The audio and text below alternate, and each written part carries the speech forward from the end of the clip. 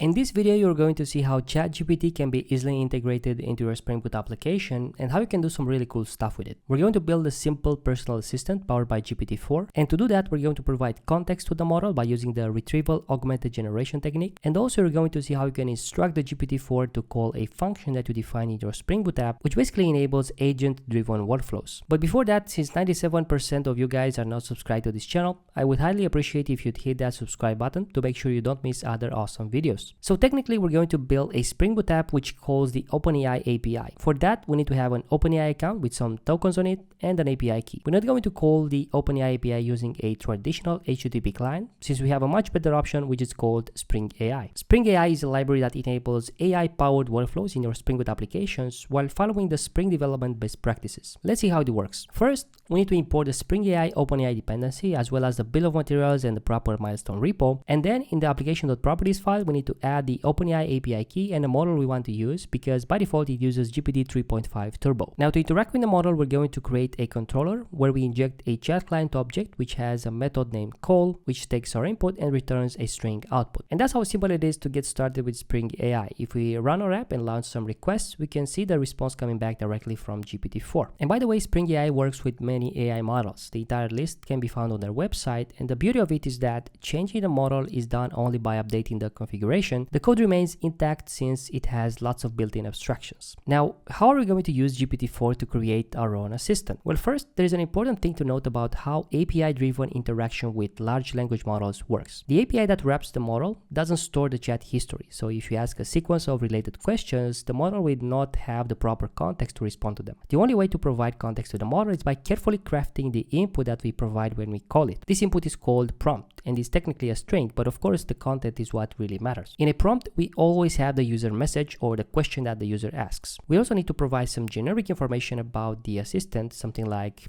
how we want it to behave throughout the conversation, what name it should have, what queries or actions it can and cannot do. All those need to be provided in a system message, which is basically a string, part of the prompt, meaning that it's going to be sent to the model on every interaction. The prompt itself can also contain related information about your query, like images or JSON objects, which are related to your question and can help the model to generate better results. So let's craft a system message for our assistant. Let's tell it our name and his name, the tasks that it should be able to handle, and other information that may be relevant for the interaction. Let's read that file using Spring Resource API and pass it to our chat client by creating a system prompt template from that resource and using the overloaded method call, which takes a prompt object and returns a chat response from which we extract only the results, since it contains other metadata as well. Now, if you ask the model what's our name, it will be able to know that it's John, and if we ask it what kind of tasks it's able to execute for us, as you see, it extrapolated from our system message a wide range of actions that it can do. Now, let's say we want to ask the model something a bit more complex, like to summarize all my emails which are related to a particular topic. In this case, the model is not aware of our emails, so we have to provide them in the prompt, more specifically in the system message, but there is a caveat to this approach. If you have lots of emails and you pass all of them in the prompt, this comes with a cost, because every interaction with OpenAI is governed by tokens. For example, as you can see in this calculator, this string that we have here converts to 17 tokens that are consumed if we pass it to OpenAI API. The bigger the input, the more tokens are consumed. So what's the solution? It's called RAG, which stands for Retrieval Augmented Generation. Sounds complex, but the idea is very simple. Instead of passing all your emails in the prompt, you pass only those emails which are semantically connected to the user question. So in the process of building the prompt, you have to select from your data only that one which is relevant for your query. In this way, you provide a more focused context for the interaction with GPT-4. Now let's see how we implement this in Spring AI. First, let's take a look on the data.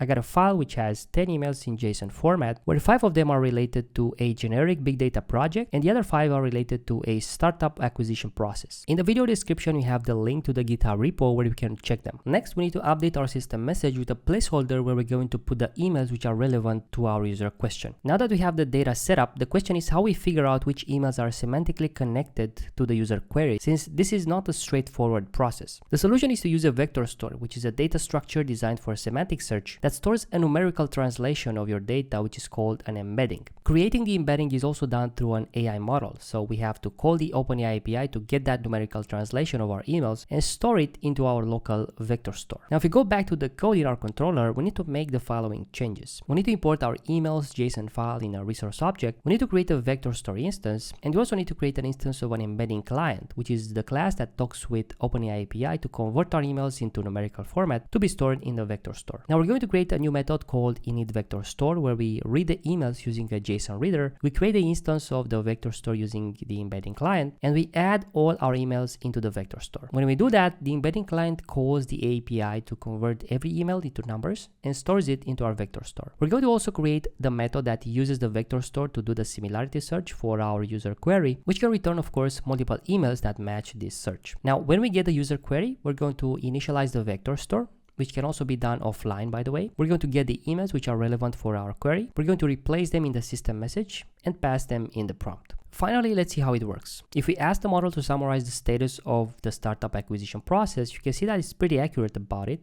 And it also uses the name that we set on the system message. Also, if we ask about the status of the data cleaning progress, it correctly selected the relevant email and provided the right answer. That's how Retrieval Augmented Generation works. Here comes the most interesting functionality of all. We're going to tell the model to send this status of our email by calling a function that we define in our Spring Boot application. Let's create a class email sender, which implements the function interface with custom types.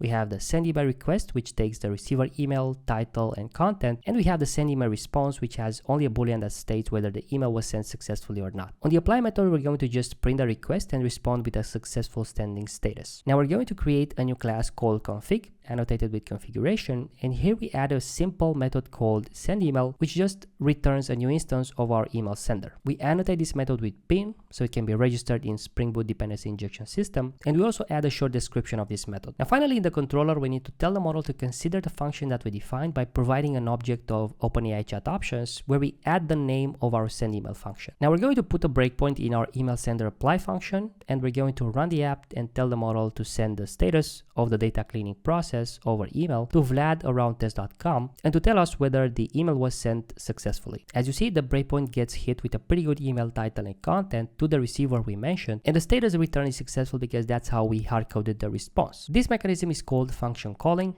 and it works like that. When the request comes with our question, depending on the nature of the question, the model decides that it needs to call a function out of the ones which are provided in the chat options. The model cannot call directly a function defined in our code, so instead it returns to Spring API a JSON payload that matches the request params of our function. Spring AI then takes the params and calls the actual function because it's registered in the context. The function does its magic, and its response is provided back to the model. And finally, the model responds back to the user with the function response and any other interpretation around it. You can imagine that in your code, you can define basically any logic that enriches the context or executes any action that's relevant for your use case. So that's how you can integrate GPT-4 into your Spring Boot application with Spring AI. Thank you for watching, and I'll see you in the next video.